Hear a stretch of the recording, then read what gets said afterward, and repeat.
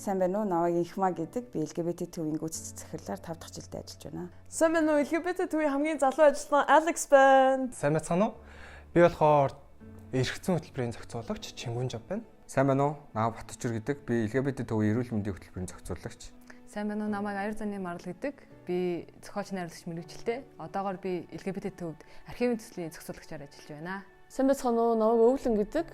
Би LGBT төвийн дэд захирлаар ажиллаж байна. Гэхдээ 16 оноос хойш сайн дурын ажил хийж байгаад 21 оноос бүтэн цагаар ажиллаж эхэлсэн.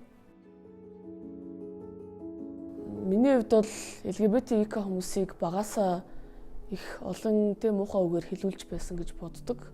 Бас муухай зүйлс төртөж байсан. Тэгээ тэгш ирэх бахархлын өдрүүдээр LGBT хүмүүс чинь зүгээр л хүмүүс юм биш үү гэдгийг харах, ярилцах тэр орон зай надад тийм эдгэрэл шиг санагддаг. Миний хувьд тэгш ирэх бахархлын өдрүүд хүн ямар ч ялгаатай байлаа гэсэн бусадтай л адилхан өөрийн гэсэн мэдрэмжтэй сэтгэл хөдлөлттэй шүү гэдгийг илэрхийлэх боломжтой байдаг.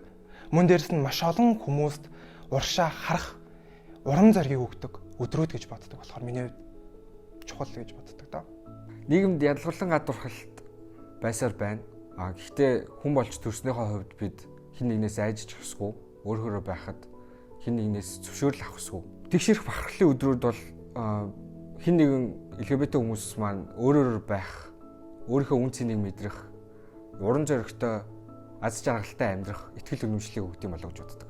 Тэгшэрх бахархлын өдрүүд бол миний хувьд бид өөртөөхөө эрхийн төлөө зогсдог, тэмцдэг, алхдаг, өөртөөхөө эрхийн төлөө дуу хоолойгоо өргөдөг өдрүүд болохоор миний хувьд маш чухал санагддаг. Миний хувьд тэгшэрх бахархлын өдрүүд нийгмэл байдлыг үзүүлдэг болохоор их чухал гэж боддог.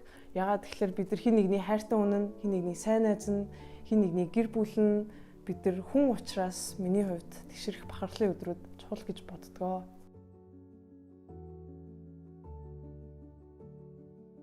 Миний хувьд тэгшэрх бахархлын өдрүүдийн үйл ажиллагаанууд дундаас паблик кампань буюу одоо энэ мэдлэгийн туртай LGBT төв жил болгон 2 бичлэгийг гаргадаг. Эхнийх нь болохоор LGBT ажилчдад дундаас олон нийтэд зориулсан мэдлэгээний үгтэй бичлэг. Хоёр дахь нь болохоор зөвхөн олон нийтэд зориулсан тухайн жилийн тэгшэрх бахархлын өдрүүдийн өнгө төрхийг харуулсан бичлэг гаргадаг ба.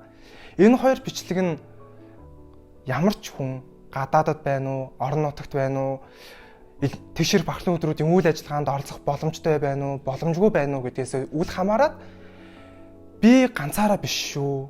Надтай хамт бусад хүмүүс байгаа шүү гэдгийг харуулж, илэрхийлж, мэдрэх боломжийг олгодог болохоор миний хамгийн туртай үйл ажиллагаа бол мэдлэгээний бичлэг байгаа. LGBT хүмүүст өдөр тутамд нь ич, нуугд, гэсэн мессеж байнгын давтамжтай ирж идэг.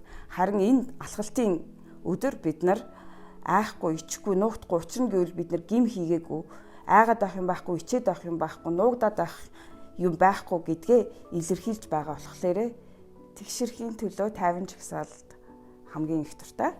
За миний хамгийн туртай үйл ажиллагаа болохоор queer театр байгаа. Сүүлийн 2 жил queer театрт дүр бүтээж байгаа.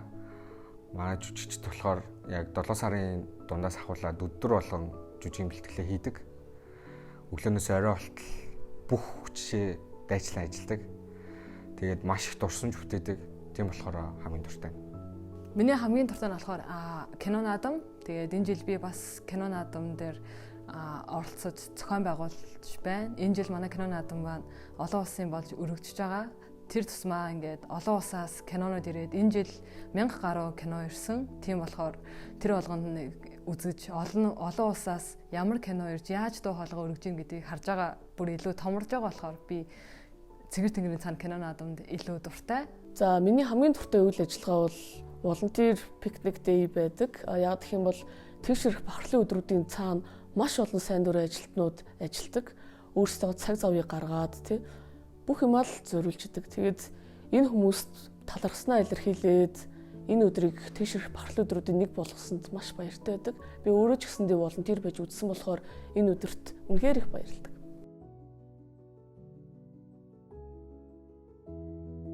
LGBT хүмүүс та нартай зориулаад нэг үг хэлье. Би энэ камерны арт байгаагаараа, нүүр царайгаа гаргаж байгаагаараа би жинхэнэ би энд байна, би энд оршиж байна. Тийм учраас та хизээж ганцаараа биш шүү гэдгийг Монголдоо ядаж та ганцаараа биш шүү гэдгийг сануулах гэж энийг хийж байгаа шүү. Тэрүүл бэлгэлээ.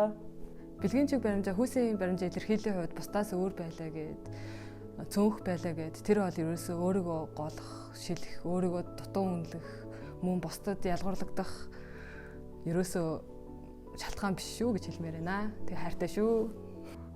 Чиний мэдэрдэг зүйлийг зөндөө олон хүмүүс мэдэрдэг. Тэгээд энэ бүхнийгээ даван туулаад өөрөөрөө аз жаргалтай амьдарч байгаа зөндөө хүмүүс байгаа. Өөртөө адилхан мэдрэмжтэй тийм хүнийг олоод найзлаад ярилцаад үзээсэй гэж хүсэж байна. Бүр болохгүй л LGBT төв дандаарай. Баярлаа. За энэ хэсгээр би жижигхэн юм түүх шиг юм хуваалцмаар зүгээр санагдлаа. Намайг нээлттэй queer хүн байсан болохоор тий LGBT хүмүүсийн нэг байсан болохоор эргэн тойрныхан дандаа л LGBT юм л ярьдаг, мэддэг гэж боддог байсан. Тэгээ их сургуульд болохоор би дипломынхаа сэдвийг өөрчлөөд хууль эрх зүйн тэм чиглэлээр бичижсэн байхгүй. Тэгээ зүгээр юу гэж тэрүүрээ харуулахыг хүссэн бэ гэхээр бид нэр LGBT байлаа гэж зөвхөн энэ талаараа ярьдаг, зөвхөн энэ талаар мэддэг, зөвхөн энийгээ л бодож амьдардаг гэсэн үг ерөөсөө биш. Тэгэхээр чиний чаддаг тий таны чаддаг, таны хүсдэг, мөрөөддөг зүйл юу вэ? Тэрийг бас үргэлж боддог, сандаг байгаасаа гэж хүсэж байна. Чи ганцаараа биш шүү. Чиний хажууд LGBT төв байна. Бид өдөр тутамдаа шатар нүүж амьдарч байгаач нийгэмд эерэг өөрчлөлтүүд гарч байгаа шүү. Энэ эерэг өөрчлөлтүүдийг анзаарч харж байгаарай. Happy Pride!